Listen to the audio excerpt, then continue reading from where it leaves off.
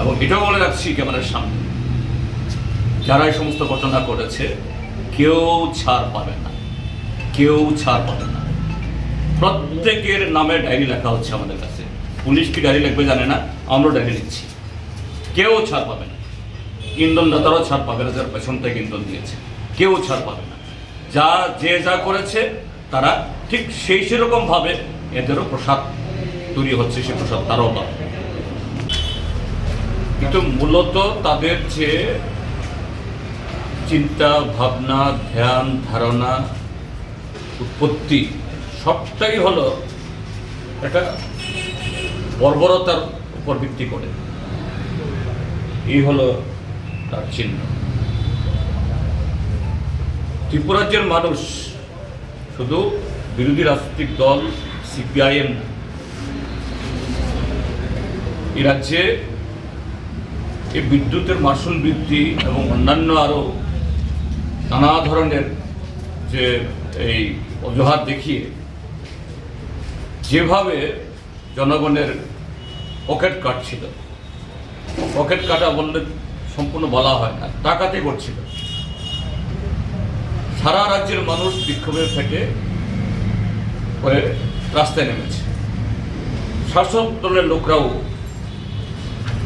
তারা সামাজিক মাধ্যমে তাদের বক্তব্য দিচ্ছে। কোন রকমে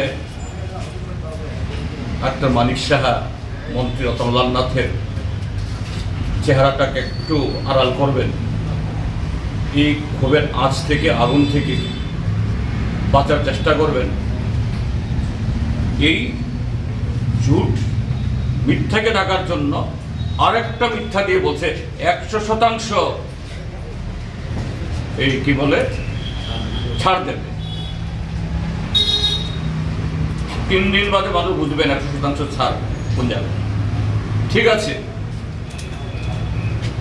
মুখ্যমন্ত্রীর নির্দেশে, বিদ্যুৎ মন্ত্রীর নির্দেশে এটা ধন্যবাদ র্যালি হলো। আর ধন্যবাদ র্যালির চেহারা হলো বিজেপিটা যে একটা গণতান্ত্রিক দল না, একটা বর্বর দল। তারা দেশে গণতন্ত্র মানে না, আইন মানে না, সংবিধান মানে না। এটাই অর্থাৎ তারা যা কিছু অপকর্ম করবে এর বিরুদ্ধে কেউ কথা বলতে পারবে না। এই হলো ঘটনা। আবার পরদিন এসে এত নির্লজ্জ এখানে জনসভা করছে। আরো দুর্ভাগ্যের হলো মহিলাদের প্রতি সম্পূর্ণ সম্ভ্রম, ইজ্জত দেখেই বলছি, কিছু মহিলাকে দিয়েও তাদেরকেও দিয়ে এই সমস্ত অপকর্মে লিপ্ত করাচ্ছে।